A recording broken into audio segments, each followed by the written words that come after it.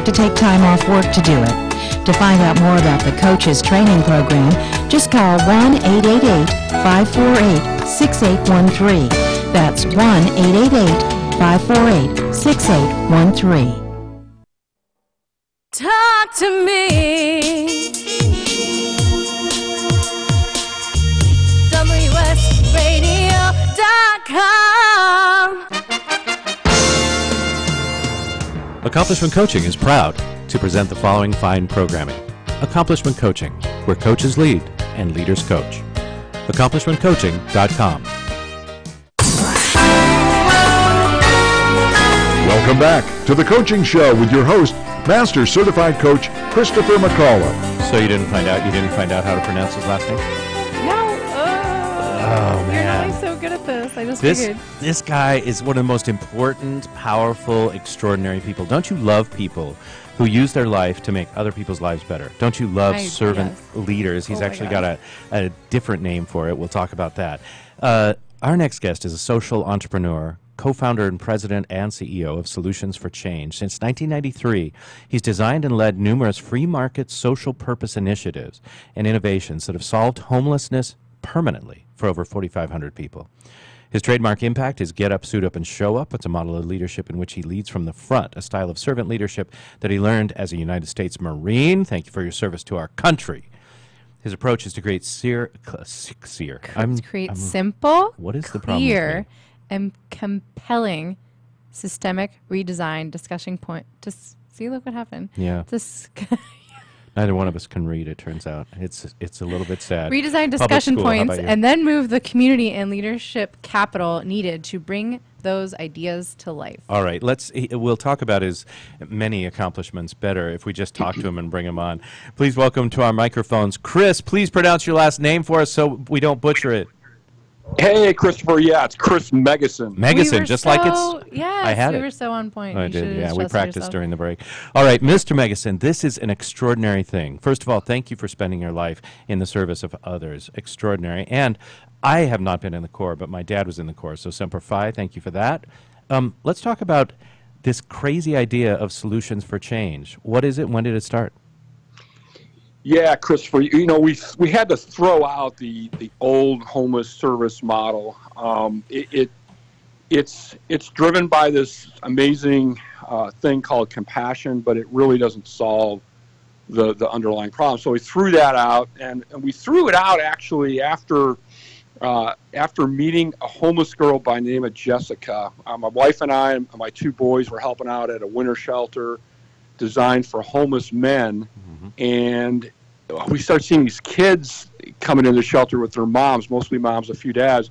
And one night, Jessica yanks on my sleeve real hard, and she says, "Hey, mister, do you live here too?"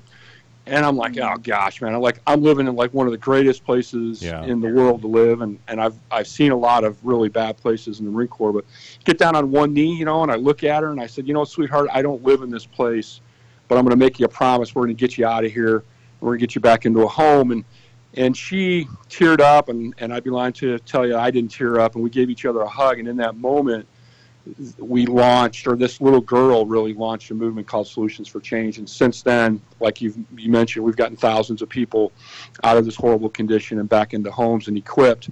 So that's how we started. And, you know, it was really what Jessica's eyes told me and what the public told me, that, you know, what we were doing as a society wasn't working. We were managing symptoms. We were feeding people and sheltering people and giving people hugs, but we weren't really solving the problem. And so people would get fed, they get full bellies, they get, you know, warm beds, and they get hugs, which are all good things, by the way, but none of those things were really addressing and solving the underlying causative factors. So really, Solutions for Change has just been like one big, you know, movement, one big collective effort around trailblazing a new way to see and a new way to act on the problem of deep poverty and homelessness.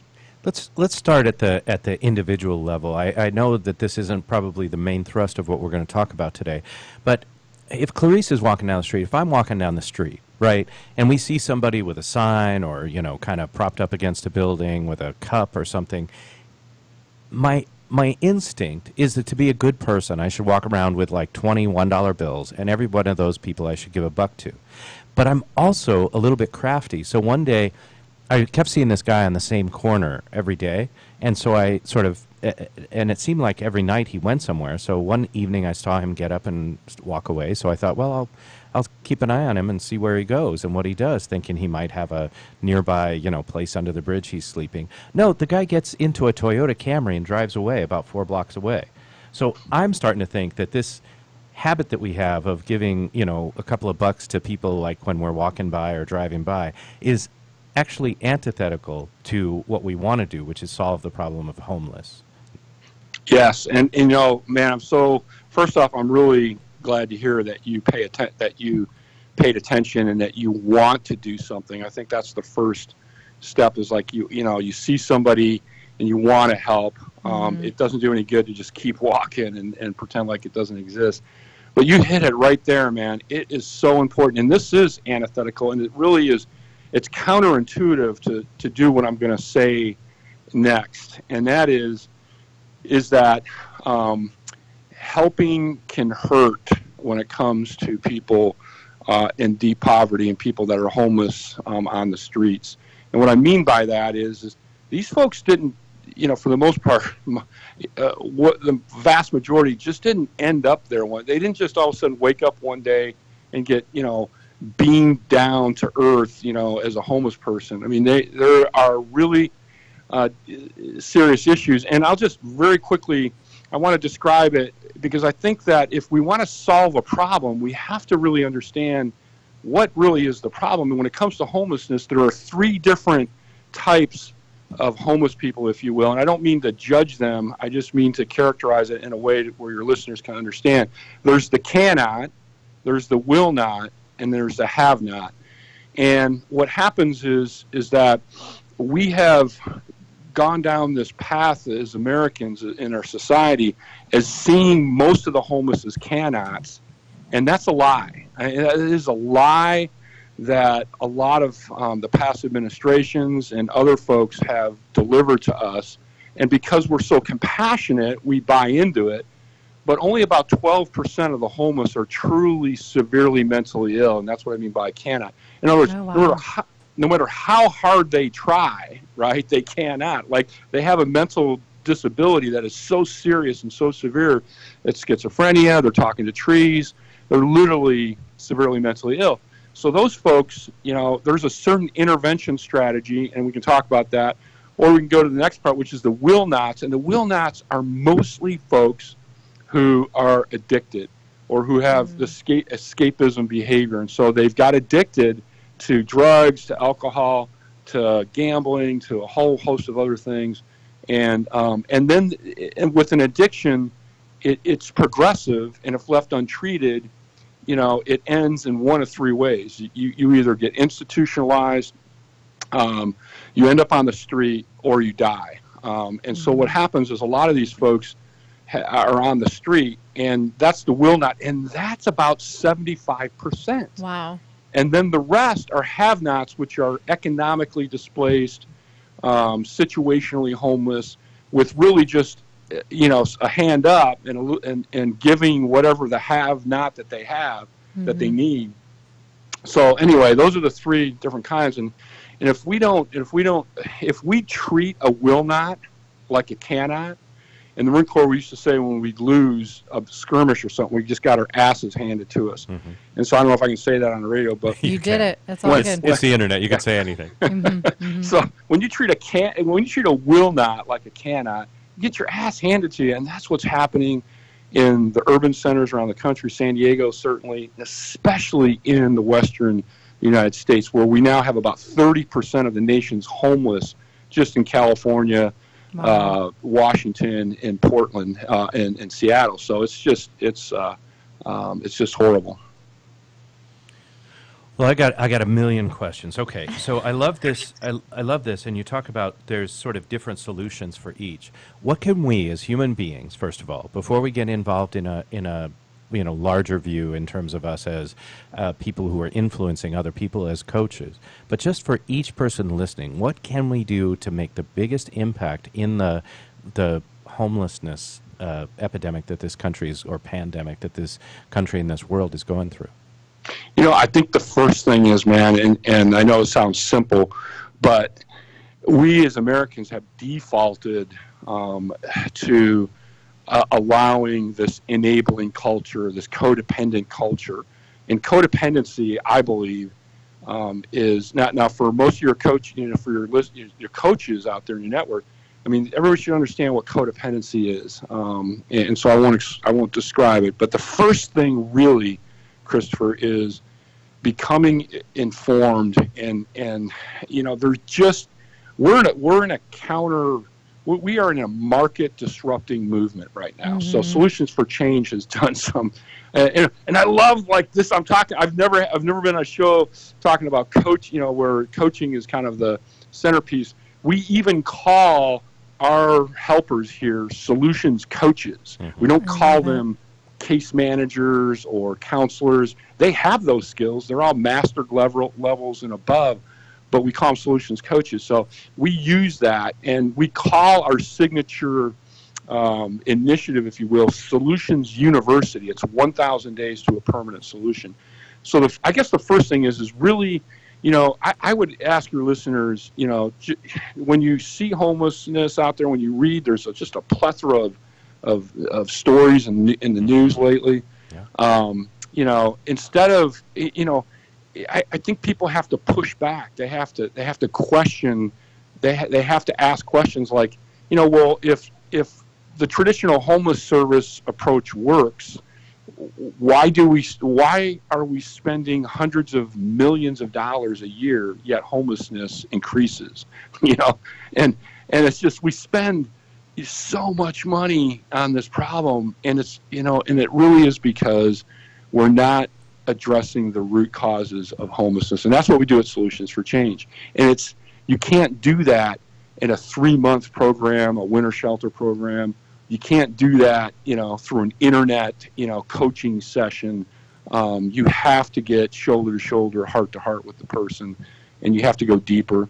And then, the other big thing is, Christopher, is once you kind of are informed and then partner with organizations like Solutions for Change that are going deeper. And believe me, I need people that are warriors in our movement. And so if you're a person out there, like I can tell, is it Clarice? Yeah, that's me. Yeah, I can. Clarice is like, it's just like I can see I can just feel that you're really interested in this issue, and so just like get involved. It doesn't have to be every other day, but show up at that nonprofit, get involved. We need what we call solutionizer warriors. We need people that believe in our vision and what we're trying to do here, and to get involved. And there's all kinds of ways. I mean, once we get people, once people touch our organization, they get what we call solutionized. And I love it. It's so good.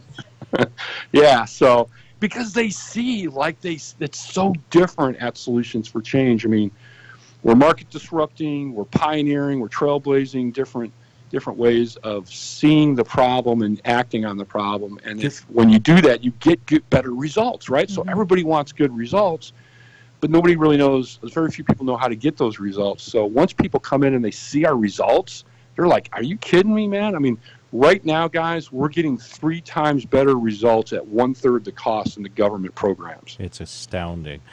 Let's talk about all the services that you provide, because you've really done this amazing thing of bringing your entrepreneurial nature and coming up with unique, really signature solutions that are making a big difference. So one of them is Solutions University. What are some of the other things? And tell us actually what Solutions University is, and then tell us some of the other initiatives you've created. Oh my God, there's so there's 3 different initiatives that we use that, when taken together, when bundled together, will deliver permanent solutions to the problem of homelessness. Not only for the person but for the community. And see, that's the thing. That's the first thing to understand.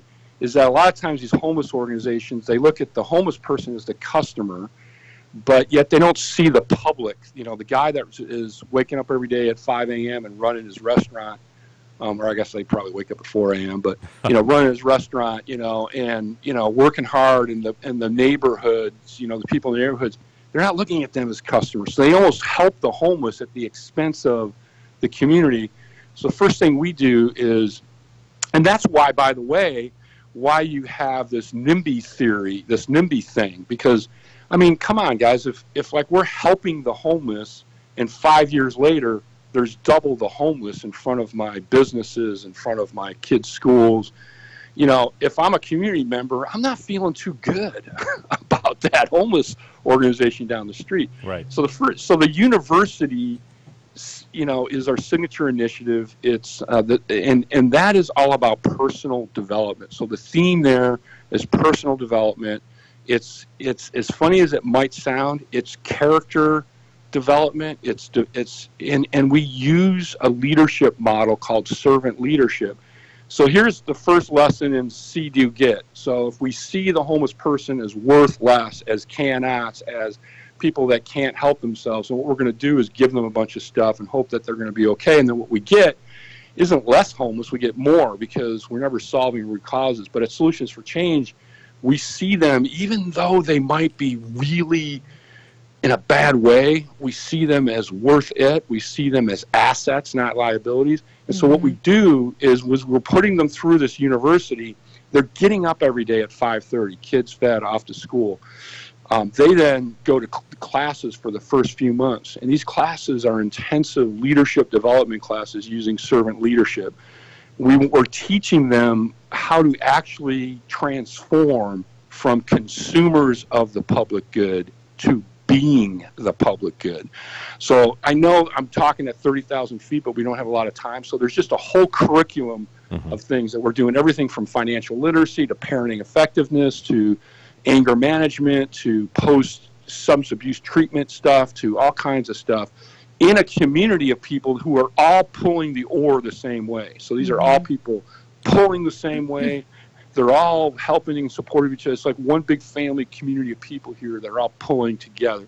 The second initiative is our Solutions Farms initiative. This is the greatest. Oh my God, I'm so excited. Yeah, so I'm so glad to hear you're excited about that, Clarice, because it's so for years we're experimenting with social enterprise, right? So we did the traditional, you know, thrift store social enterprise. We tried an Amazon social enterprise. We did a number of things.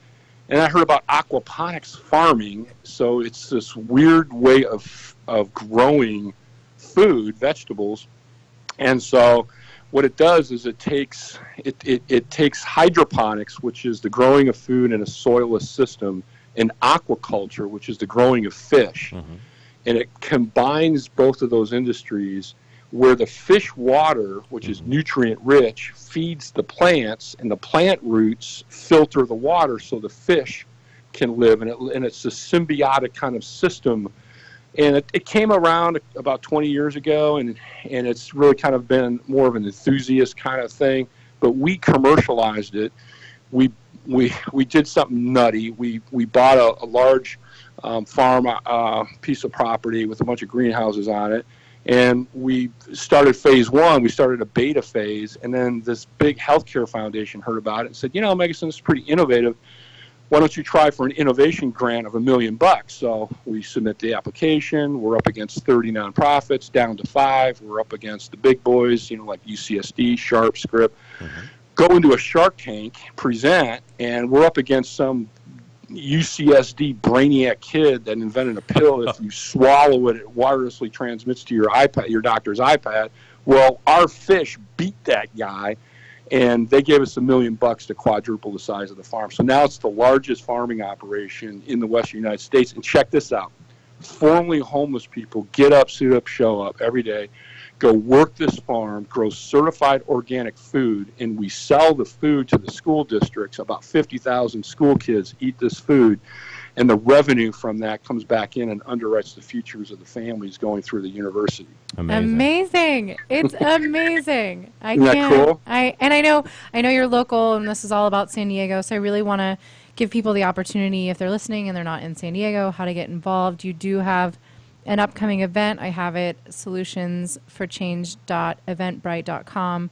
Your website is solutionsforchange.org. How are other ways that people can contribute worldwide to your cause and what you're doing and what you're up to? Yeah, so we're movement trailblazers here. So what we're getting now is national recognition. We've had people from Washington come visit us a number of times. We actually have the nation's top poverty reform leader who's been assigned at the federal government, who has connected with us about 8 months ago, calls me on the phone and says, "Hey, my name's Clarence Carter. I run, welfare for the country. We're fascinated with your model." Comes out here. I go out there several times back and forth, and now they actually want to replicate our model in other communities. And so that's just we have a couple of other national foundations that have taken a lot of interest. So we're trying to position ourselves in a way to where we can serve other communities here and bring this into other communities. So we're excited about that. By the way, the last initiative is a real estate development initiative where we go in and find depressed properties and then rehab them. And then our people who need affordable housing, which is everybody basically in California almost, right. Then live in these affordable housing communities. They're healthy, they're working, the kids are healthy. So that's the last initiative. But yeah, the event that we're doing in the spring, just really encourage people. That's a great way to get to know us. Come out, listen to some great music. It's in Carlsbad. It's coming up here. I think you probably have the date. I think I'm going to say April 28th. But we'd love to see people out there.